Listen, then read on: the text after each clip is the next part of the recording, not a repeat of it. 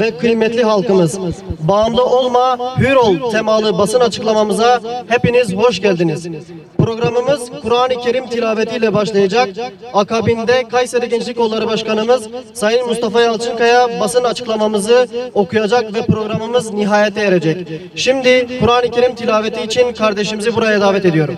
Euzubillahimineşşeytanirracim. Bismillahirrahmanirrahim. Ya eyyühellezine amenu innemel hamru vel meysiru vel ansab والأنصاب والأزلام رجس من عمل الشيطان فاجتنبوه لعلكم تفلحون إنما يريد الشيطان أن يوقع بينكم العداوة والبغضاء في الخمر والميسر ويصدكم عن ذكر الله وعن الصلاة فهل أنتم منتهون. Ey iman edenler!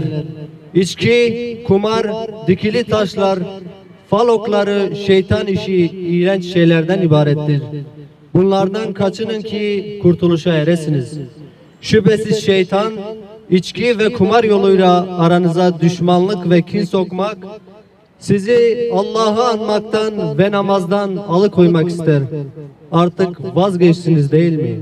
Sadakallahu'l-azim. Kardeşimizden Allah razı olsun. Basın açıklamasını metnini okumaları için Kayseri Gençlik Kolları Başkanımız Sayın Mustafa Yalçınkaya'yı buraya davet ediyorum. Bismillahirrahmanirrahim. Basına ve kamuoyuna uyuşturucu, kumar, alkol gibi hem insanlığı hem de toplumu zehirleyen zararlı alışkanlıklarla mücadele ve bunlarla karşı duyarlılık oluşturmak amacıyla burada toplanmış bulunmaktayız. Uyuşturucu madde kullanımı ve bunların doğurduğu hastalıklar bireyselliği aşıp artık ulusal bir salgına dönüşmüştür. Aziz İslam dininin 5 temel maksadından biri olan akıl emniyetini tehdit eden uyuşturucu madde kullanımı her geçen gün artmaktadır. Uyuşturucu ve uyarıcı madde kullanımı arttıkça toplumumuz üretkenliğini, hayallerini, gençliğini, kısacası geleceğini yitirmektedir. Bu illetin kullanımı kamusal alanlarda geniş bir yaygınlığa ulaşmıştır. Bu durum uyuşturucu ile mücadelede bir zafiyet olduğunun da göstergesidir. Ülkemizde birçok alanda olduğu gibi uyuşturucu ile mücadele alanında da sorunun asıl kaynağına inilmemekte, sokak satıcıları ve kullanıcılar gibi sadece küçük figüranlar ile uğraşılmaktadır. Oysa büyük uyuşturucu baronları servetlerine servet katarken tüm ülke gençliği ise ateşe atılmaktadır. Uyuşturucu mücadelede ancak bataklık kurutulursa başarı kazanılır. Bu nedenle sokak başlarında torba tutan figüranlardan ziyade baronlar hedef alınmalı, özellikle yüksek mevkilerde olanlara asla iltimas gösterilmemelidir. Maddeye değil, hayata bağlan. Maddeye değil, hayata bağlan. Maddeye değil, hayata bağlan. Uyuşturucu ile mücadelenin çok boyutlu olduğu gerçeğinden hareketle Emniyet, Yargı, Eğitim, Aile ve Sosyal Politikalar İl Diyanet İşleri Başkanlığı'ndan yetkililer arasında güçlü bir koordine sağlanmalıdır. Gençlerimizi madde bağımlılığına iten etkenlerin başında işsizlik, özgüven eksikliği, aile içi şiddet, duygusal yıpranma ve sevgi eksikliği gelmektedir. Aile ve gençlerin hayatını karartan madde bağımlılığındaki artış ne yazık ki ülkemizde esef verici boyutlara ulaşmıştır. Yapılan araştırmalar madde bağımlılarının bu alışkanlıklarını da etraflarındaki kişilere kısa sürede bulaştırabildiklerini göstermektedir. Bu nedenle toplumun tüm kesimleri bu sorunun çözümü için ellerinden gelen gayreti göstermelidirler. Kamuoyu, sivil toplum kuruluşları, üniversite, medya, sanat, spor ve tüm camialar toplumsal sorumluluk bilinciyle ve birlikte hareket etmelidir. Madde bağımlılıklarının sebep ve sonuçları birlikte değerlendirilerek bu sorun ile mücadelede bütüncül bir yaklaşım sergilenmelidir. Aksi takdirde madde bağımlılığı önümüzdeki yıllarda daha ciddi boyutlara ulaşacak ve mücadele daha da zorlaşacaktır. Kişilerde fizyolojik, psikolojik ve sosyal problemler meydana getiren bağımlılıkların önüne hep birlikte geçebiliriz. Bağımlı kişi sadece kendisine değil, ailesine ve arkadaşlarına, içinde yaşadığı topluma da zarar vermektedir.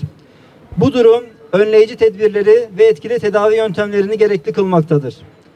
Bir kere denemek bağımlılığa açılan kapıdır. Bir kere denemekten çok şey olur. Bu nedenle diyoruz ki bağımlılığa karşı en iyi korunma yolu hiç bulaşmamaktır. Maddeye değil, hayata bağlan. Maddeye değil, hayata bağlan. Maddeye değil, hayata bağlan. Gençliğin madde bağımlılığına karşı korunması, sağlıklı, donanımlı, ahlaklı ve erdemli bireyler olarak yetiştirilmelerinin sağlanması devletin öncelikleri arasında olmalıdır. Gençlik olarak yetkililere sesleniyoruz. Devletin görevi gençlerin uyuşturucu maddeleri kolaylıkla edinebilecekleri yolları ortadan kaldırmak için gerekli tedbirleri almaktır. Gençliği bilinçlendirecek eğitim ve öğretim ortamlarını sağlamak, denetimleri artırmak ve caydırıcı müeyyideler uygulamaktır.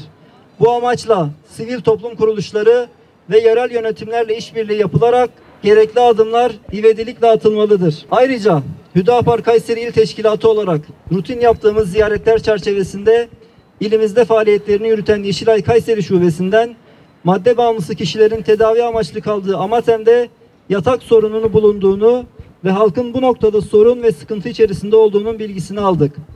Amatem'e yaptığımız ziyarette ise bu durumu doğrular malumatlar edindik. Mevcut bina halkın ihtiyaçlarını karşılayamaz hale gelmiş olup bu hususta bir an evvel yapılması gerekenler hayata geçirilmelidir. Hür Gençlik Kayseri olarak şehrimizin bütün gençliğini madde bağımlılığına karşı bilinçli olmaya davet ediyoruz. Unutulmamalıdır ki bedenen ve ruhen temiz bir fıtrat üzere dünyaya gelen gençler olarak en önemli önceliğimiz beden ve ruh sağlığımızı muhafaza etmektir. Son olarak diyoruz ki genç nesilleri uyuşturucu madde bağımlılığı gibi zararlı alışkanlıklardan muhafaza etmek için dini ve manevi değerleri güçlendirmek, sağlam bir aile ortamı oluşturmak, bireysel ve toplumsal bilinci sürekli diri tutmak gerekmektedir. Dünya ve ahiret saadetimiz de buna bağlıdır. Değerli misafirler, programımız burada nihayete ermiştir. İleride konuyla ilgili olarak resim sergimiz bulunuyor. Dileyen misafirlerimiz ziyaret edebilirler.